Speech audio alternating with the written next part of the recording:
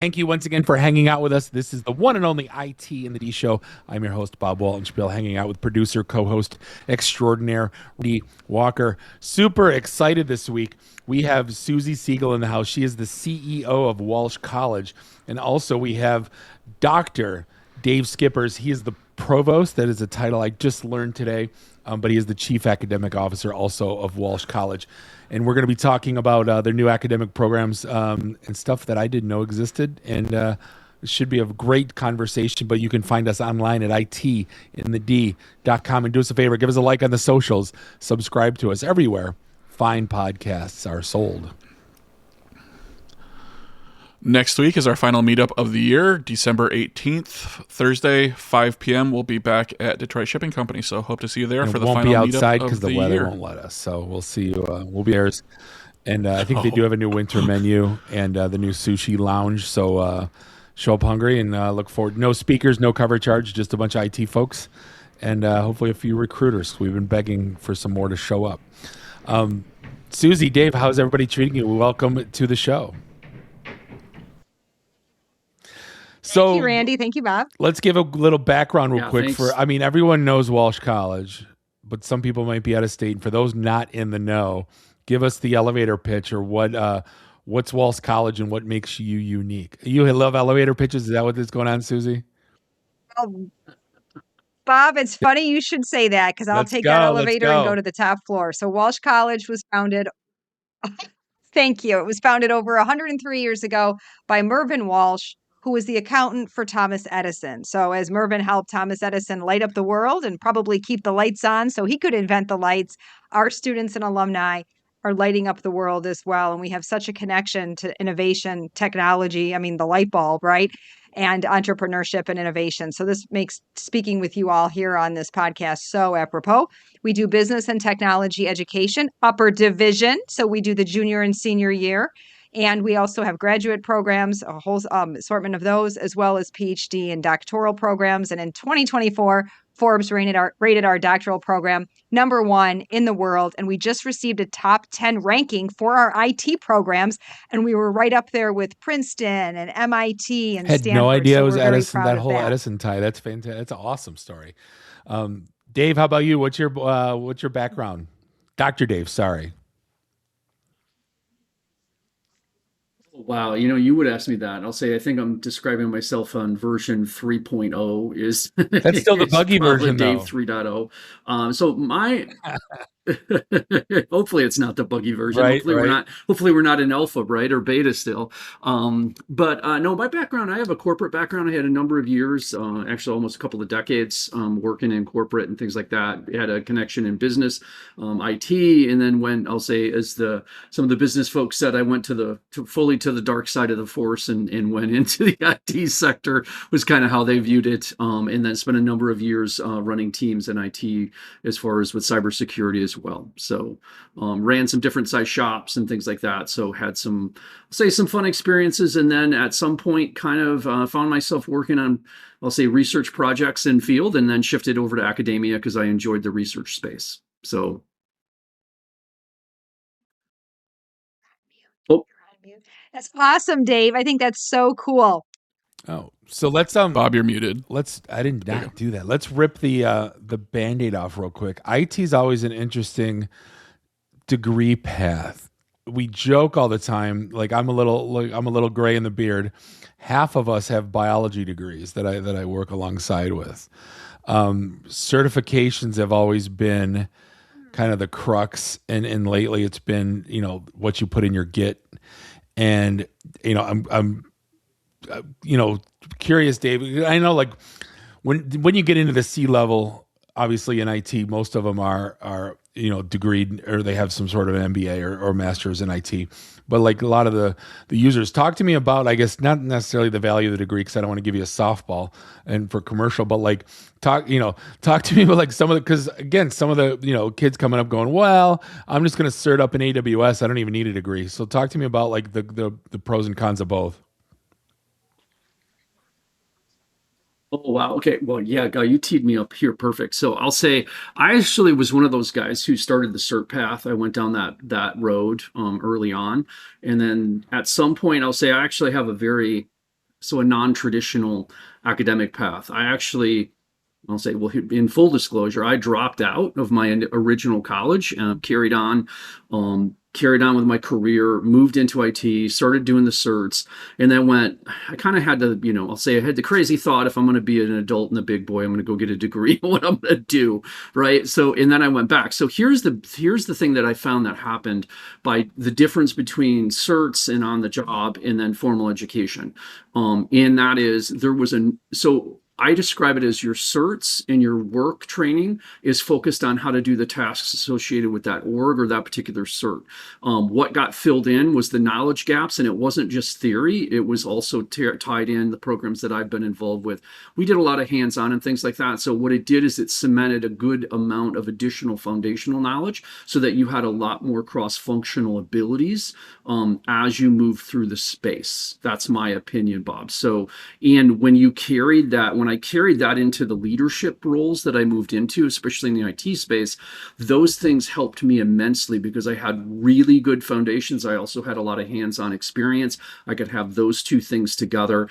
I'll say, I like to say I'm a propeller head. I like tech work. That's why I got into it. When you get into leadership, at some point, you kind of feel like the lion in the zoo. Right. Like you don't get to really hunt anymore. You kind of chase the gazelles, if you will, because you're not always doing the tech work itself. But to me, I guess to make sure I hone in and answer your question, to me, that was the big difference is the education, especially if you're in a very good program that actually teaches what they should be doing. And I would say, so the program I came out of was NSA CAE. So it was a center of academic excellence, just like Walsh's. So, they taught to the same standards. I would argue, I think we do it better. However, not that I'm partial or anything, but so in essence, we're teaching the same knowledge base. So that is what, in essence, the NSA is saying, like, hey, in the cyberspace, in essence, you should know all of these things to be an effective player. So to me, it was filling in 1,000%. Does that help answer that question? Again, I was kind of a cheap softball. I'm not gonna lie, but the reason I wanted to do it was, I think now more than ever, and you said a really good keyword is kind of bridging the gap between business and IT and getting that, it's the doers, it's the tasks. That's one thing. But I think increasingly, as long as I've been in this industry, there's a lot of times you can get away with selling green blinking lights as a seller. Back in the day, working for like a Cisco, which I did. Today, I think it's imperative that you have the CFO conversations, and that's great. And we talk about this model during day job is, we had 2 years ago, we were educating on AI. A year ago, we were POCing AI. Now we have to show business value or we're getting thrown out. And as a IT practitioner now, yep, they're being tasked more and more to showing what's the business value. That's cool that you like those toys and those green blinking lights, but you need to articulate value or we can't green light your project, no pun intended. Yeah, in fact, Bob, just to really highlight that too, I think there's two things that happen when you earn a degree. Okay. And we, in this room between Dave and I, we have quite a few, and I've got 3. And I don't say that to impress anybody, but to impress upon you the value of education in the sense that every time you learn, your brain changes and grows. So you think differently, you're able to synthesize, you're able to integrate. And we talk about AI replacing jobs. The jobs they're not going to replace are the well-educated humans that know how to effectively and appropriately use AI to scale time and money. So if ever a degree is important, it is right now. Suzy, you in just the world you of just AI. stepped on a landmine because I need to talk to either you or Dave, because this was the one thing as soon as I said you guys have an AI ML degree. And here we are. I'm sitting, at ground zero in this world of AI. And the day something aha or a wow moment happens, 2 days later it's old news and something new happens. How do you write and deliver curriculum that isn't dated the day it drops? Because I couldn't. If you're sitting here writing now, Dave, for Q1 for January 8th, day 1 of class, it's already old. Yeah. That is, well, to be frank, we've had this challenge for a while, even outside of AI. I mean, when you're looking at things in the IT space and cyberspace, things have been accelerating, right? I mean, so this is not, I'll say this is not necessarily new territory for us. So what I will say is there's some core knowledge and fundamentals. They're not going to necessarily change. Those things are baseline. Those are things you're going to start with. Those are core competencies that you're going to cover. What I will say is we have started to structure our courses specifically in the tech space around what I would call fundamentals and cores. Those things don't typically change a ton, or if they do, they're minimal, if you will. And then within that specific course, you're going to have the volatile pieces. So those are things like, okay, you're doing labs, or you're doing this, or you're covering this particular content. And that is kind of, I'll say we group it into a different, like we actually literally group it into a lab. So any extremely volatile content gets put into a different component or asset that gets delivered. And then every time we run the course, that particular professor or whoever it's assigned to knows, guess what? Before you're running these, you got to go back in and double check those, update those, etc. So the other thing too is, as a professor, as you're going through, I mean, part of what you need to do is go, okay, what's going on this week in the world of AI? Because the interesting thing is, you even if it's not a topic that you're going to cover for 3 or 4 weeks, if all of a sudden, boom, there's some big new change in models, or this happens or that happens, the students are going to want to talk about it. So you're going to want to bring it up, bring it into the classroom, and then have some engagement and go through it. And then you may, let's say you're actually slated to cover that in a week or two. Well, you may have to update it again, right? Because it may change within 2 weeks again. But to me, I think part of it is showing students like, hey, how do you move adeptly in an agile format in this type of environment? And I think functionally, AI is going to, change the velocity of how business is done. And then I'll say the other pieces, and this might be for another conversation or questions in a few minutes, but I would say I think it's also going to change fundamentally how we operate on a lot of levels. I don't think we understand yet all of the impacts that AI is going to bring. Yeah, I understand they want here's what's the ROI, what's the actual tangible money that's going to go on. But I think there's other things that are going to be happening that I don't know that everybody's no, and that's the thing we don't know. We're kind of, I hate using the term building the plane as we're flying it, but this is the one that makes sense saying it. So yesterday, before I knew that there was an AI and ML degree path, we always told the next generation it's a data science degree. We had Kathy on last week, who's from Vaco Staffing, said, what major is she going? She's like data science. Is there a difference? Is there I guess the education, is data science still a platform? I mean, with AI, you're getting into now governance, privileged data, you're getting into different modeling. I guess what changed from yesterday getting the traditional data science degree to today getting like a full-blown AI ML degree? I think there's some other competencies that came in. I'll say, I'll do a brief history. So our endeavor into the AI ML pathway actually started with data science degrees probably like 6 years ago. So we've been on deck with that for a while. As we've continued to expand out with that, what we found was there's a lot of similar core competencies across the two. Those things are still there, but one of the big changes that happened is, okay, so now we start to move into, okay, specifically what is machine learning, computer vision, deep learning theory, natural language processing, so on and so forth. Those are competencies that get rolled into, in essence, some of the core data science, if that makes sense. So those are the things that differentiates it from a straight data science degree. I'm going to throw up another one just because I got 2 daughters in college, and we started talking about AI to them. I have one daughter who's an artist who despises it only because you can do cartoons, and but I told her about the other side to it, and now she's kind of taken to it. Before she kind of poo-pooed it, but my other daughter is all in on it, and some of their professors. One goes to Michigan State, the other one stayed local. But like some of the professors saying you can use AI. I just want to see what prompt you write, which I thought was which was kind of eye-opening to me because and then the other one is like, you will not use AI in this class, period.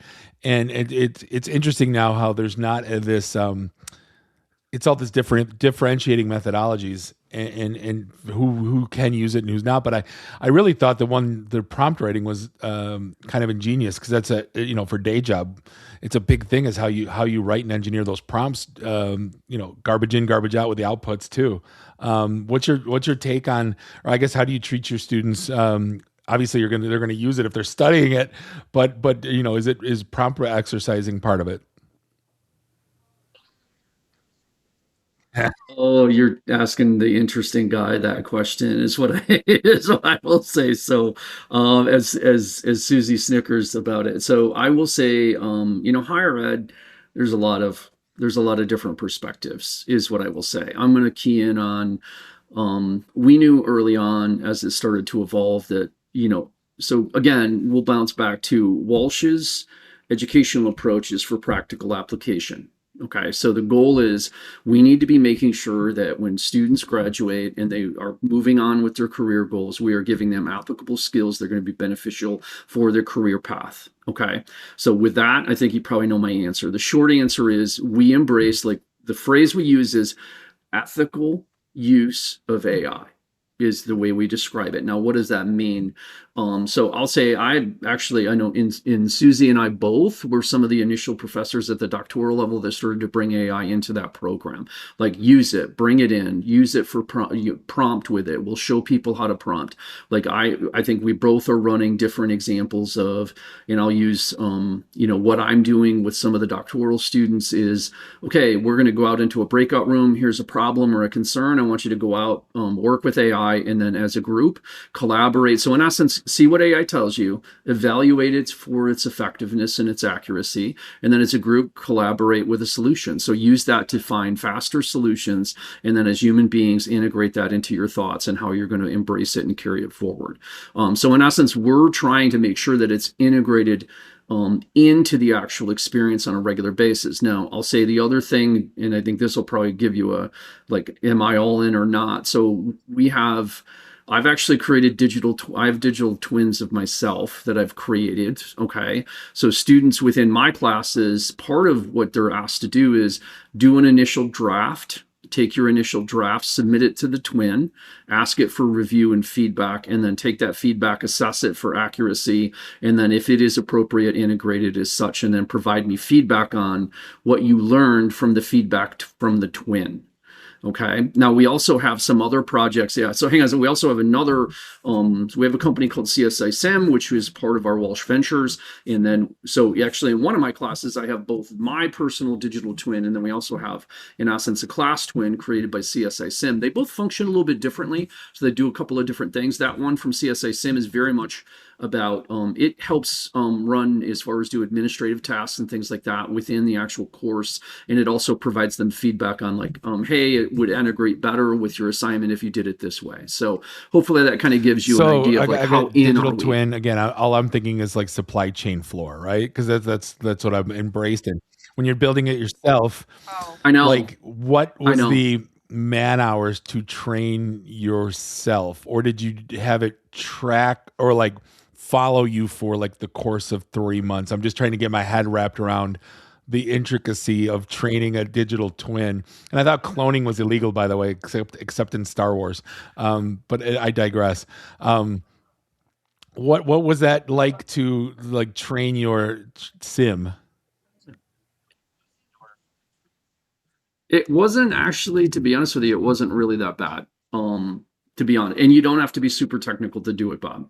That's my opinion. So now I'm in probably a little bit different position than many others. And what do I mean by that? I mean, so for instance, typically when you're in academia, you have a publishing record, you're doing research, you're providing information. And I actually have, multiple books I've written and things like that. So all of that kind of creates my voice and my style. And it also helps build out, like, what's my logic patterns and approach, and how do I present and digest information, and then kind of present it to other people, if that makes sense. So that gives you it kind of gives it an arc. I don't know. I'll use the phrase. It kind of gives you an archetypal view into how I process and review and then present information. So you can go out and take, like, so I have thousands upon thousands of pages of, hey, here is what I've written, I've created, etc., both from a research perspective, etc.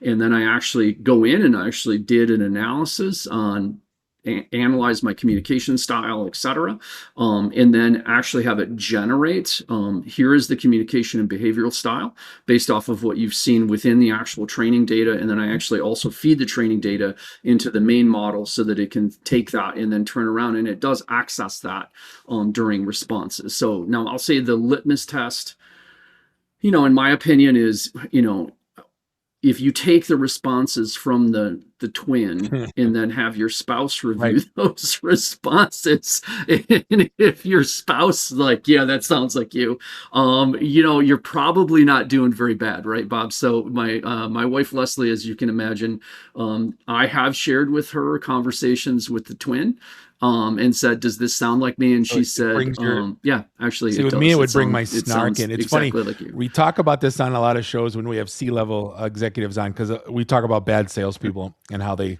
the messaging they get. And there's a plugin on Chrome called Crystal. I don't know if you ever played with it, but it ties into, because especially if you have Gmail, it knows more about you probably than your wife. Like that's my joke. Like this thing got into everything I've ever done in a browser, so it knows me better than pretty much anyone on the planet. With that being said, it basically said, how do you talk to Bob? They're like, I don't mean to talk about myself in the third person, but it says invite him to lunch and don't give him a BS sales pitch. And I'm like, it absolutely, I'm like, it just gave everyone the key and how to get, how to have a conversation with me. But that's I don't want to say it's the scary part. Yeah. Bob, this is so interesting too, because I was just looking on something on LinkedIn, and Tom Bilyeu, who created and sold Quest Nutrition, billion-dollar company, he now is doing a lot of entrepreneurial content with AI, teaching companies how to use AI. And he's running a masterclass on how to create a digital twin. So Dr. Schippers has been like ahead of this even. And if you saw Elon Musk's most recent talk at I think it was an AI summit in Saudi Arabia, he spoke about the future of work. And he believed in 10 years, he predicted in 10 years, work would be optional because of the machines and the robots and the AI, and that it would be an option if we wanted to work, but we wouldn't need to work. Now, I realize we hear that today, and it would be like if we did Back to the Future in the DeLorean, there would be nothing but there's no way, there's resistance, but the world would be like this. Just play with that for a minute and think, here we are, December 8th, 2025, having a conversation about AI ML. And in 10 years, we could be having the same conversation, but it's not us. It's our digital twin. So it's the idea to scale up like that in our thinking. And that creeps me out. Like, I'm going to sit at home in my lazy boy, 450 pounds, eating chocolate while my Brad Pitt avatar is out running around, and that's, you've never seen that movie, Suzy? It's Bruce Willis. I forget who else is in it. It is, it's frightening. And this is before we even knew what I knew what AI was. And it leads me into my next point, which kind of goes on to the digital twin thing. I never viewed AI as a digital twin. So this is kind of opening up a new world for me. I've always viewed AI, and I said it 1,000 times on the show, that it's R2D. I call it my R2D2. So if sorry to use the Star Wars puns, or the examples, but if I'm Luke Skywalker and I need to do stuff, I bring along an R2D2. When it's time to tap into the mainframe in the Death Star, he goes and does his thing while I do my innovative thing, right? Which is trying to get rid of the Empire, right? So like, I kind of, Randy always smirks because he thinks I'm an idiot when I talk like this. But what I'm saying is, I always thought it would help people move faster and be more innovative. I never thought it was going to replace. So like, what's your thoughts on that? And then I want to go back to this, the personal digital twin thing, because then I'm kind of fascinated by it. So I'll say, and I'm going to probably get pretty deep here for a minute or two, is what I'll say. I think, so pardon my references. I try to keep some of this kind of vague because I'm working with students who are doing research in this space. So one of the things I would say is, if you look back at human history, we have a tendency as human beings that when we adopt new tools, it changes our cognitive approaches. So it literally changes. But it's always made us faster, though. Okay. I'm just thinking basics: the tractor, the calculator from the abacus. I'm thinking like the printing press. No, don't think that way. Think No, think of it this way. Like go back farther. Like think about writing. Like and think about paper. Like and I know this is like really old tech that I'm referring to, but think about it like literally we don't have to remember everything anymore. I can write it down and keep it that way. I can transfer knowledge by on a piece of paper, and I don't have to go talk to you to transfer the knowledge. The paper brings the knowledge with you or for you. It becomes in essence kind of a very rudimentary avatar. So how we process data, how we think about data, how we think about data distribution has changed with each tech. Now let's fast forward, and I'll use again, I'm going to try not to steal some people's research that's getting ready to come out, but like one of the other big things, and I'll say in the process of doing this was like the Gutenberg printing press. Everybody knows about that, but that actually fundamentally shaped the university system in Europe. And it changed data access and it severely democratized that. And it, in essence, had a similar impact of what we're going to see now with AI, in that it went from, okay, well, I'll say kind of different, but you went from books were very expensive and only very wealthy people had access to them. And it took a year to copy each one to, it could be done swiftly and then handed out much cheaper. And that built the university system. So it started to build cognitive structures around how do we process, teach, how do we share info, how do we interact with it, and how do we grow in essence our society. So what I would lean into with AI, so my comment in general before you get specifically within the twin is, I think, like I'll be upfront, like I don't see, and I know there's a really big trend here, and there's data coming out from KPMG that CEOs are now starting to realize, like, if they fundamentally want to make gains with AI, it's not just what's the straight ROI on it. It is in which I understand there's those facets to it. And again, I mean, I got it. But part of it is, how do I fundamentally restructure my org in order to rebuild work around the ability to have a cognitive collaboration agent that can actually take and work with me, okay, on some level, and then deploy that with speed. So I don't see AI as a R2D2. I see AI as a mirror that amplifies what we already do. Yeah, no. Like, the way Does I that was thinking help? about Like it, I see it very differently. tasks that I don't want to do are the ones that are mundane or the ones that are obscenely time consuming. Yeah, but what if it could help you do things like prompt you to start thinking about things differently? No, I didn't grasp that. No, it's fair. I could get down this wormhole all night, but I want to switch gears a little bit. Not a big gear, but like one of the things, like I'm just curious now in terms of the education portion of this. We've gotten to the point now. We used to have a room of 6-7 people and watch a town hall from one of the companies that we call on, and then we would take notes and then we'd share them.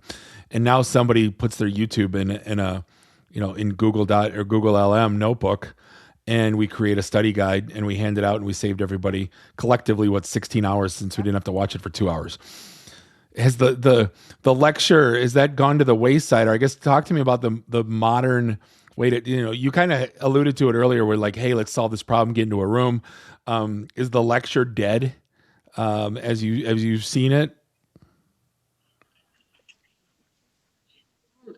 To me, the lecture is starting to transform right now, Bob. To me, that's what's happening. The whole summary study guides, yeah, we're providing those as well to help students be able to assimilate and synthesize the data in a different format. But part of what we're doing is, so I'll say one, yes, there is some lectures, because there is, like, I traditionally run flipped classroom. So flipped classroom, if you're unfamiliar with that, what that means is, like, we're going to put the data out there. So it's in our learning management system, be that lectures, whatever. The students are expected to go through that, assimilate, synthesize data. And then when they show up for class, we're going to do things like, so I'm not really lecturing. Like, I may talk about topics as a primer to get things started. Then we're going to shift to, okay, now based off those topics, let's start to dig in. Okay, what does this mean? Now, one of the things that I like to employ is reverse teaching.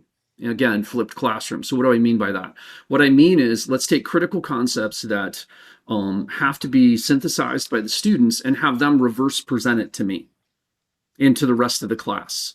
Because I can tell you, especially with the years in teaching and trying to communicate and teach to others, learning for yourself is easier than trying to learn for yourself and explain it to others with different learning styles. That's very different, and it's very difficult at times. So so doing that flip, Bob, and saying, hey, as students, okay, this group, now you come back. Now what they do is when they come back, they have to present. So they present to the rest of the class, and then discussion 100%. ensues. Does that make sense? So that now it becomes what I would call, to me, this is like a really great way to shift the educational model, and it becomes extremely collaborative, if that makes sense. So yes, we're going to lean into AI tools. Yes, they're important in what we're doing, but there's still a deeply human element. I'll say even in the IT space, people laugh. IT work, you guys know this, it's very collaborative, right? Like when there's troubleshooting and things, like everybody thinks IT people lock themselves in their cube and they don't talk to anybody. I interviewed right? That's the illusion. That was a question. The last outage, what did you do? And there wasn't a wrong answer. It just told me who you were. Like I locked myself in a room and fixed it. I called the dream team or I called Microsoft support. Again, it just told me who you were in the Justice League, right? We can't have 14 of those. We can't have 13 of, you know what I mean? So again, I no shame to the person that locks themselves in, because I think we need one of them. We don't need 15 of them. Exactly. So, but I'll say in getting into really deeply difficult problems, there's usually some collaboration involved in that, right? There typically is. So to me, it's like, how do we, like, to answer your question, like, is the lecture dead? I don't know that the lecture is fully dead. I don't know that it carries the weight that it did before. To me, flipping that script and having that become a more collaborative process, because part of what we're asking the students to do is like, what's the Q&A? Like, in fact, tomorrow night, I'm running my doctoral class again. They're going to be doing presentations, and the part of that is they're going to present, here's my research topics that I want to look into. They do a base presentation, and the other students go, well, have you thought about this? Have you thought about this? Have you incorporated this? That whole thing of, I'll say, that piece of going, different people see the same problem and through a different lens, understanding that and embracing that helps expand your capabilities. I got to do, this is a warm place in my heart, but I always joke with all the Uber nerds in my life that everyone's in sales, even you, because you have to, it's some way, shape, or form, you have to get budget approved, you have to sell your project, you have to sell people to help you with your project, because I get laughed at, oh, you're just a dumb sales, I've heard it my entire career. Meanwhile, I said, well, you're in sales, and so that's my, I've been talking about this forever. My profession has been not destroyed, but it needs to be fixed. And that's one of my things. I don't know how I'm going to do it, but I need to change how sales is taught, looked upon, fed. Because again, it's the soft skill part of this. That's where I excelled at more than the hard skill. That's why, but I was coding at 13. So, you know what I mean? I just gravitated towards the sales side. But what's, Walsh's viewpoint, like, I know you guys have sales courses and business courses, but how are you molding them together? As you're teaching? Yeah, well, I think you want to think a little bit about sales as enrolling in a vision. I really believe that at Walsh, and why I speak about Walsh and love talking about Walsh. And I, reach out to our students on LinkedIn. It's an incredible platform. Talk about community and connection, especially in the digital world. So, I encourage you, Bob and Randy, and anyone listening, connect with Dr. Schippers and I on LinkedIn. We're on there. But it really is, about understanding that in this more, virtual digital world, there is such an importance that we place on making sure our students are successful long term. So when we think about the value of education in the AI world, it's about enrolling in that vision. And really, when I'm talking to students, I see this with our alumni, their lives will improve with a Walsh College education because of the education, the connection with their practitioner professors that have done what they teach, connection with their fellow students. We see this every doctoral residency. Dave runs 2 residencies a year. They are powerful. There is power to being in presence with people in a room who are high performers, who are driven. That's where ideation happens and collaboration, and that's where innovation happens. So we know that that's there. So when you think about if you have a valuable product and service that can solve someone's problem, I believe it's selfish to get in our heads about, oh, I don't want to be seen as a salesperson. I want to help you change your life. I believe Walsh College will do that. And I say that because I see it, I know it, I've lived it, and I see our alumni and our students. And I want you to be part of that vision, that 103-year-old Edison connection vision. And that's, I'm curious too, like tying back into what we do. We started as a networking group.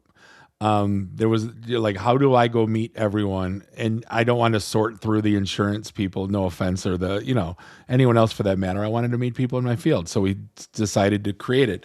Um, you know, I know the academia encourages network building, but I don't know if it's practiced. Especially post COVID. Talk to me about like, how you guys perceive or view like networking groups, starting your own group, having user groups, things of that nature. I think that's the lifeblood of any IT community. Yeah, definitely. I'll say, actually, it's not. We're not. I'll say, I'm going to bounce back a little bit to your sales piece as well with this because, you know, when I started at Walsh, we continue to connect with we have an advisory board, so we want to make sure we're connecting with industry and make sure we're connecting with and delivering out graduates that have, the skill set and everything to be valuable and have good careers.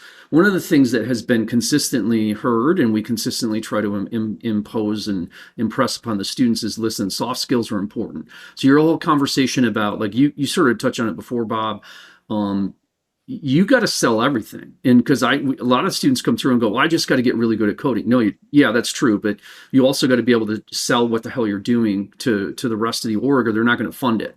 So you can sit here and go, hey, this is, the sales isn't important. It's probably the soft skills and the sales piece. That's what's wanted now. Like, all of your executives outside of the IT group, they expect you to be good, very good in soft skills, and to be able to take extremely difficult technical topics, distill that down and make it digestible for the business people to understand and fund and understand why it's important. So now with that, let's connect that into the networking question that you have. So we're pressing, listen, and I'm going to, I'll say, I've seen some articles and, so not to bring up a tender subject, but there's been a lot of discussion, like, is a college degree worth it? We've talked about that a little bit here today. One of the things I would say is this, with everything else that we've said, I would argue part of what needs to happen within your degree is, what is your career plan? Like, how does this plug into what you're going to be doing? And we strongly recommend to students, especially like, okay, with your networking connections, go to the networking groups. You have to get out and start to engage with the community to make sure people know who you are. You don't go in there going, can you give me a job? You can go in with, hey, I'm new. You can ask things like, hey, I'm in this program at this college and I'm looking to get into this particular segment of IT or cyber or AIML or whatever. What are you looking like? And then talk to people like, what are you looking for skills? What do you want for background? And then those types of conversations, one, it helps the person who's in that program understand, like, what do I got to do in order to break into the industry and make sure that what I'm spending my time and money on becomes valuable when I pair it with the networking piece. So I'm going to tie that back to the whole degree the degree is one piece of your career path. I'll say part of what I'm seeing, and I'm going to pick a little bit on, like, news media tends to focus on, like, well, it costs this amount, these people can't get a job. Well, yeah, if you get and I'll use the classic example, you get a basket weaving degree, underwater one. I don't know how you expect that's going to pay off. The underwater one. I really don't. The underwater one. Yeah. What's that? The underwater okay. If that one does, great. But, at the end of the day, it's like, okay, what did you choose? Is it a business, or I would argue if you're looking at a degree, it should be business or tech, or it should have some specific value that's going to directly translate into a career path. If that's not what you're choosing, then I don't know what you're choosing, but what you're choosing for. So, but and the data is very clear. I mean, Forbes just released a study. There was something that came out of Georgetown Center for Workforce Development. Higher salary does correlate with advanced degrees. I mean, there's a $1.2 million earning difference if you have a bachelor's degree over a lifetime, and that's over 2.3 with an advanced degree. So we hear that. And then I also look at the data and say, what does the data tell you?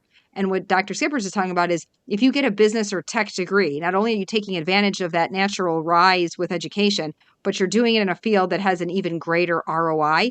Now, Walsh's smaller class sizes where faculty and students know each other. Like, I went to another college in Ann Arbor, Michigan, Eastern? and there were not the ability to connect with faculty. I was in Ann Arbor. It's the upside down W, and for Walsh. And so we were in classes with 1,800 students. It was literally called 1,800 Chem.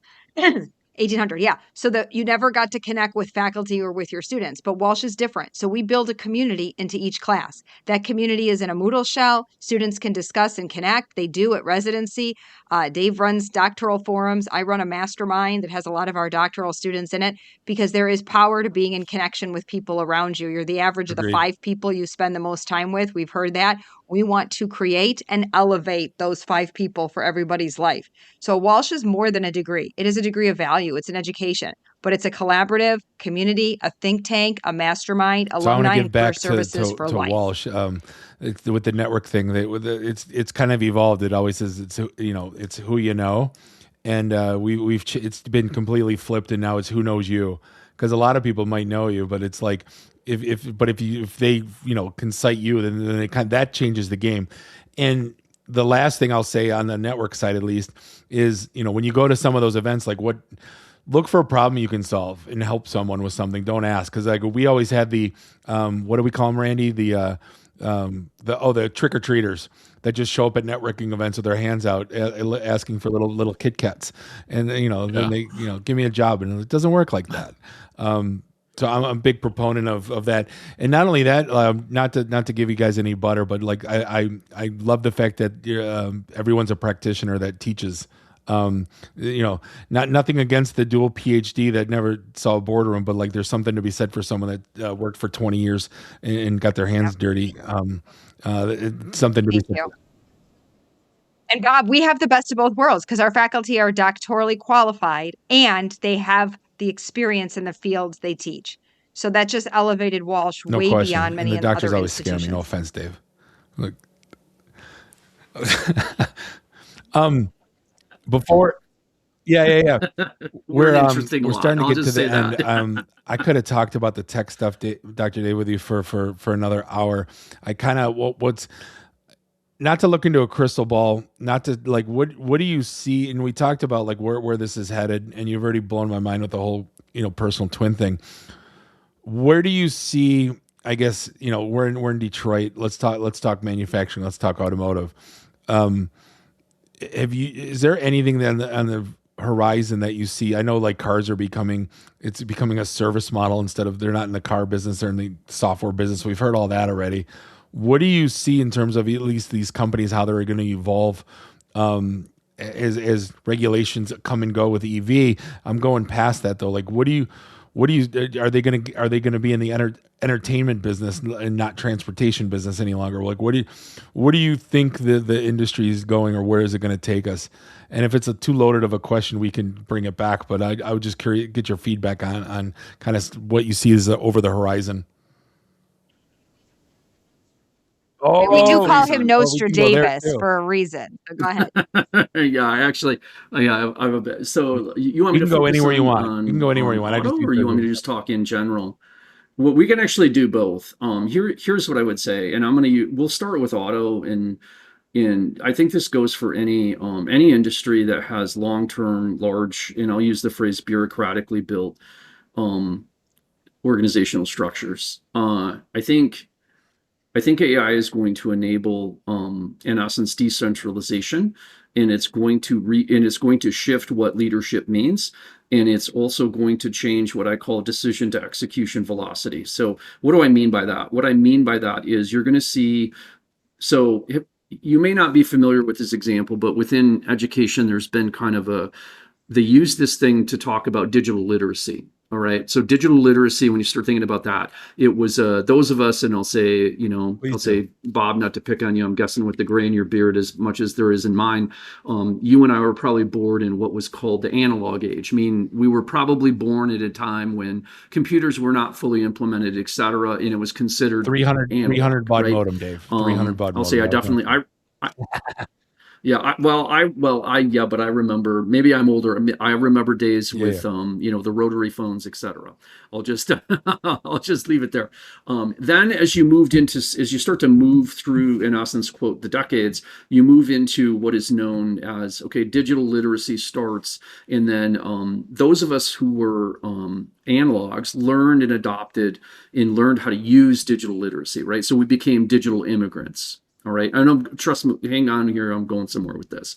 Then, of course, you have the groups that were born basically 1990 or after. They don't know life without the internet, digital technology, etc. So their adoption rate and their ability to think and operate within that particular construct is very different than an analog.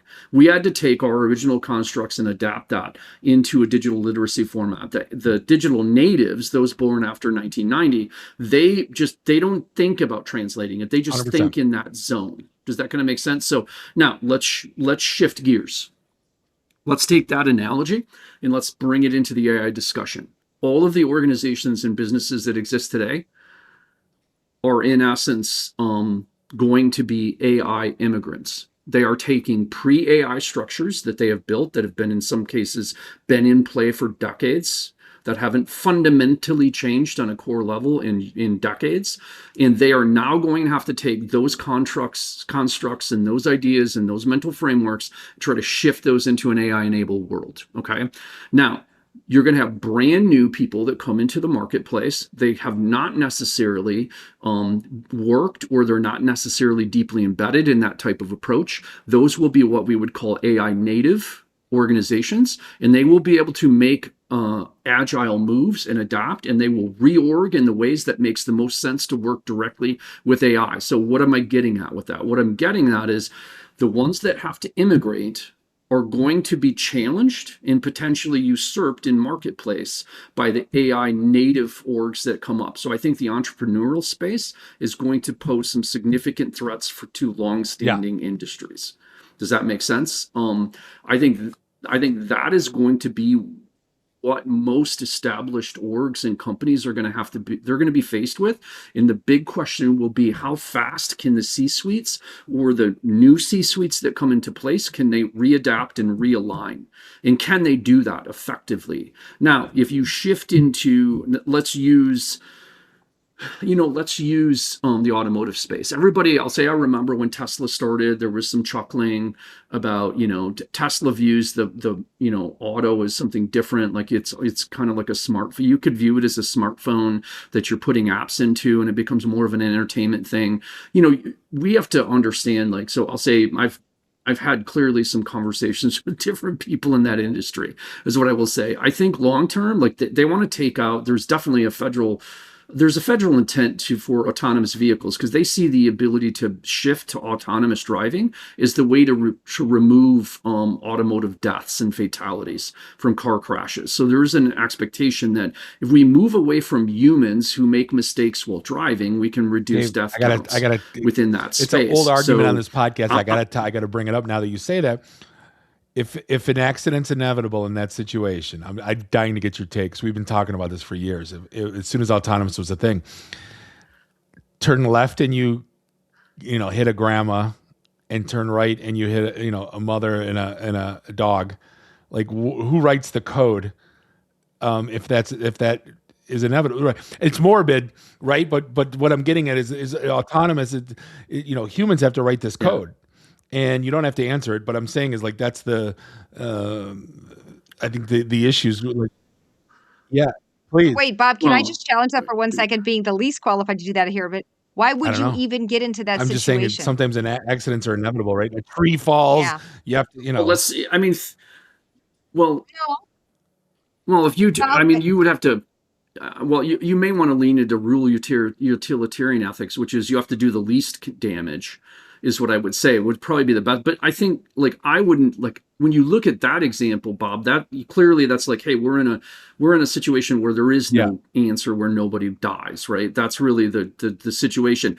Where I think where we need to get our headspace on that is, I think the National Transportation Safety, et cetera, groups are looking at, think about all the drunk drivers that get in a vehicle and drive and then kill somebody. What if those people, the car drove them, instead of them being drunk and then just hitting somebody and killing, let's say, a family in a car because they're just insanely drunk. Those are the types, I think, of fatalities 100%. where autonomous becomes valuable, right? Because it starts to remove the equation. So, but yeah, I mean, I'm not going to debate with you on. I think your proposition there is We like, always yeah, talked there's about no other win things. in that situation. And the other thing is, once you remove so, a and I $50 got billion it. auto insurance industry, what turmoil does that? These are things we used to do this show way late into the night, and we would come up with all these danger scenarios, right? And these are all the, like, these over the course of years, how many things we'd come up with. Well, I don't. I don't think the auto industry, or I'm sorry, the insurance industry is going to let you get rid of them. I'm sure something else. So it is what I will say. But if you, yeah, there's something else for sure. But I'll say if you look at, they're going to remove steering wheels and they're going to remove that. What choice do you have to do in that vehicle then? Like seriously, like think about it. Like, I do yeah, I'm too. with you, Bob. Like, I love driving. Like, but I'm I'm analog and I'm a digital immigrant, right? So I see value in that. Like in the era that I grew up in, getting a vehicle and being able to drive and getting a driver's license was like it was a right of passage to adulthood, right? So it had all of these other intangible things with it. No, I don't know it's that not. the new generation has that, right? So now when you look at it, it's like, okay, so I'm sitting in a vehicle. I don't have a steering wheel. What the heck is there to do? I think there's going to be screens. And as soon as there's screens, get ready for the marketing, because here comes all the YouTube ads, right? So it's like, to me, this is like, I don't think that's a giant prediction. I think that's definitely where it's going to go. And I think, when you look at things like, taxis and Ubers and all that kind of fun stuff, that's probably where that's going. A lot of them want to move into that Zip space. car model, where you I think in car some on cases it demand, makes sense. that type of thing, where you get kind of the best of both worlds. Yeah. It's been out there for a while. Yeah. Yeah, there's studies that are saying like, hey, think of the Detroit Metroplex and go, okay, if even if we reduced half the cars, just half, what would that do for the parking requirements and the real estate requirements that are associated with, especially with us working from automotive home now storage, too. et My cetera? car sits in front of my house 3 days a week. I'll have a lunch meeting, but Right, exactly. I'll be honest with you. Yeah, There's a 1976 Cadillac Eldorado convertible in my garage, and I'm going to keep that as long as it's humanly, because it's got an 8-track player and it's got nothing digital in it, and I like it like that. So like I'm still clinging, even though I like to push technology. I'm still clinging to my old stuff. that's funny. I'll say, so side note, my first vehicle was a 1976. It was a deep blue Buick Electra, and it was an awesome car, and it had 8-track. So it had a 4-barrel V8, and I could, when I kicked in the 4-barrel, I could watch the gas gauge move. Yeah, you can see it. Yeah. In the best interest, I could sit here and talk to you all night. This has been a great conversation. Suzy, Dave, Walsh College, I can't thank you enough for spending time with us at IT and the D. And hopefully you guys can come back in the future. Like I said, you got carte blanche on the show anytime you want. And maybe we can do an event by you guys or something. Love to. Yes. I know we did one in the past when you guys put your sock in. I think I was at that. We went to go take a tour. That was like, that was a long time ago. That was like 8 years ago. We're due for a refresh. So awesome. Let's keep in touch. We'd love to have you. Yeah. So Suzy, Dave, Walsh College, find them on LinkedIn, and we'll put it in the show notes as well. But we're going to wrap things up for this episode of the IT and the D Show. On behalf of Bob and Randy, do us all a favor. Drink up your drinks, get your phone numbers. You don't got to go home. You just got to get the hell out of here. See you next week. Drive careful. Beat it.